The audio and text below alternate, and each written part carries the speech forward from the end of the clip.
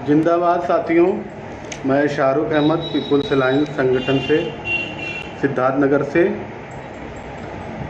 आज पूरे भारत में किसान आंदोलन कर रहा है।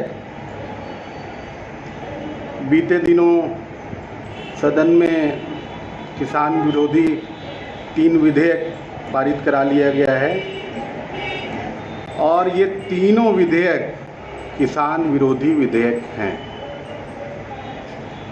जिसको लेकर किसान आज भारत बंद कर रखा है, सड़कों पे आंदोलन कर रहा है, जिसका पीपुल्स अलायंस पूर्णतः समर्थन करता है। पीपुल्स अलायंस की मांग है कि ये तीनों किसान विरोधी विधेयक सरकार वापस ले और इस देश के किसानों को कारपोरेट से बेचने के लिए जो सरकार कोशिश कर रही है, इससे बाज आए। सरकार भारतीय किसानों को कारपोरेट के हाथों छोड़ देना चाहती है। ये हम लोग नहीं होने देंगे, किसान नहीं होने देगा। आज ये 3 विधेयक लाकर भारतीय किसानों को कारपोरेट के हाथों में थोपना चाहते हैं। ये 3 विधेयक इनको समझने की ज़रूरत है। ये क्या हैं?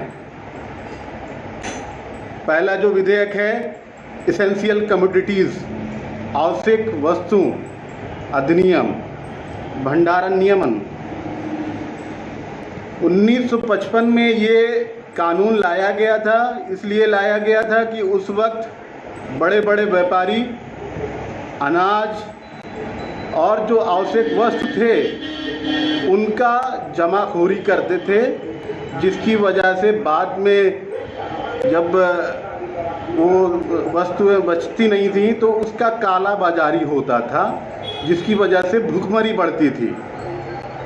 उसके लिए 1955 में एसेंशियल कमोडिटीज़ एक्ट लाया गया और यही सरकार 2020 ये सरकार भाजपा सरकार 2020 में संशोधन करके एसेंशियल कमोडिटीज़ बिल में इन्होंने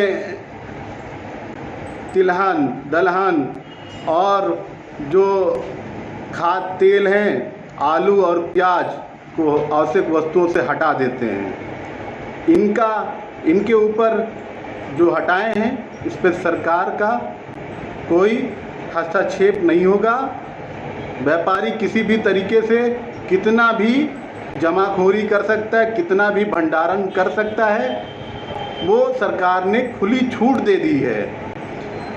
ये जो सरकार ने किया है, इसकी वजह से आने वाले दिनों में देश में जमाखोरी आम होगा, कालाबाजारी आम होगा और भुखमरी जिससे बढ़ेगी।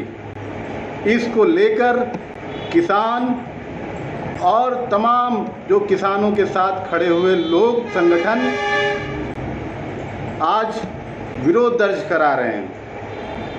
दूसरा जो इनका विधेयक है, मूल्य आश्वासन और कृषि सेवा विधेयक। ये कहते हैं कि किसान जो खेती कर रहा है वो अब कंपनियों द्वारा कॉन्ट्रैक्ट फार्मिंग करे। अच्छा है भाई कि बड़ी बड़ी कंपनियों को ये दे रहे हैं किसानों के खेतों को कि भाई किसान चाहे तो इनसे कॉन्ट्रैक्ट फार्मिंग करे और बिफोर फार्मिंग ये रेट तय कराएं। कंपनियां अगर दिवालिया हो जाएं एग्रीमेंट करके तो उसका क्या करेंगे आप? अगर मार्केट में उस अनाज का, गेहूं का, धान का, किसान का अगर रेट बढ़ता है और उस वक्त 25 रुपये किलो का अगर एग्रीमेंट हुआ हो किसान से और मार्केट में 35 रुपया किलो चल रहा हो, तो किसान को घाटे से उसको उस कारपोरेट कंपनी को अनाज देना पड़ेगा। ये इनका ठेके पे खेती कारपोरेट के द्वारा कराने की मंशा है, जिसका आज किसान विरोध कर रहा है।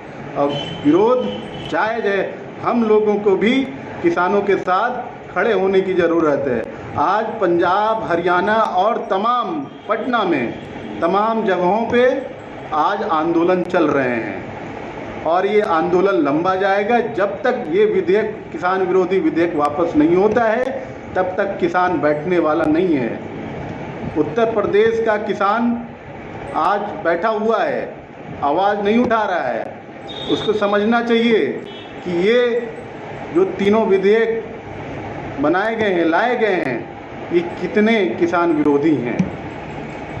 इसका दुष्परिणाम आने वाले वक्त में आपको दिखेगा, जिसकी वजह से आपको खड़े होना चाहिए और इस विधेयक का विरोध करना चाहिए। तीसरा जो विधेयक है, कृषि उत्पादन, व्यापार और वाणिज्य, ये एपीएमसी को हटाना चाहते हैं, मंडी को। ये कहते हैं कि किसान कहीं भी अपना अनाज बेच सकता है। भाई ये बताइए, इससे पहले क्या किसान मंडी में अपना अनाज बेच पा रहा था? नहीं बेच पा रहा था, क्योंकि जो सरकार के गोदाम रहा करते हैं, वहाँ पे जब किसान अनाज लेके जाता था बेचने के लिए, तो वहाँ पे कहा जाता है कि बोरा नहीं है, बोरा नहीं है, गोदाम में जगह नहीं है, आपका अनाज नहीं ले पाएंगे हम। किसान वहाँ से चला आता था, औने पौने दाम में वो व्यापारियों को अपना अनाज बेच देता था। एमएसपी जो रेट है, एमएसपी रेट जो मिनिमम सपोर्ट प्राइस है, न्यूनतम समर्थन मूल्य किसानों के लिए सरकार ने बनाया था, उसको लेकर एक कानून बनाना चाहिए था कि एमएसपी से नीचे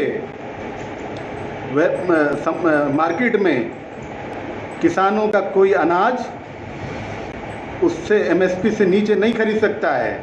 लेकिन सरकार ने ऐसा नहीं किया। जो आंकड़े बताते हैं कि अभी तक एमएसपी में जो किसान अनाज की बिक्री किया है, वो अभी तक का 6% किसान अनाज सरकारी गोदामों में बेचता था, एमएसपी का जो सुविधा पाता था। बाकी 94% किसान वो व्यापारियों से बेचते थे, साहूकारों से बेचते थे एमएसपी से कम रेट में, क्योंकि एमएसपी में ज़्यादातर किसानों का अनाज लिया ही नहीं जा रहा था। तो हमको समझना होगा, हमको किसानों के साथ खड़े होने की ज़रूरत है। ये तीनों के तीनों विधेयक जो हैं वो किसान विरोधी विधेयक है, ठीक है। तो हमको ग्रामीण क्षेत्रों में किसानों को इस विधेयक को समझाने की ज़रूरत है, जो नहीं समझ पाए हैं, और उनके साथ हम लोग को उनके साथ खड़े होकर इस बिल का विरोध करना चाहिए। और अभी देखिएगा, श्रमिक कानून में बदलाव हुए हैं। 44 श्रमिक कानून को बदलकर हटाकर 3 विधेयक लाए गए हैं। ये श्रमिकों को भी बंधुआ मजदूर बना देना चाहते हैं। ये सरकार पूरी की पूरी तरीके से तैयार है देश को बेचने में। कारपोरेट के हाथों में ये सरकार देना चाहती है। हमें जनता को चाहिए, देश की भलाई को लेकर चाहिए कि हम तो निजीकरण से रोकना होगा, कारपोरेट को देश से भगाना होगा, किसान को बचाना होगा, मजदूरों को बचाना होगा। हमें अंबानी अडानी के हाथों से इस देश को बिकने से रोकना होगा। किसानों, मजदूरों और हमारे छोटे व्यवसायियों को बचाना होगा। साथियों, बस मेरा इतना ही कहना है कि ये तीनों विधेयक किसान विरोधी विधेयक हैं। आज 25 सितंबर है, भारत बंद है। लगातार किसान कई जगहों पे विरोध कर रहा है, सड़कों पे उतरकर इस विधेयक को लेकर कि इस विधेयक को वापस लिया जाए। शुक्रिया साथियों। नेशनल दस्तक की आपसे गुजारिश है कि अगर इसको बचाना चाहते हैं तो नेशनल दस्तक को सब्सक्राइब करने के लिए रेड कलर के सब्सक्राइब बटन को दबाएं, फिर बेल आइकन की घंटी दबाएं। नेशनल दस्तक को बचाने के लिए बहुत ज़रूरी है कि हर खबर को शेयर करें, लाइक करें, कमेंट जरूर करें।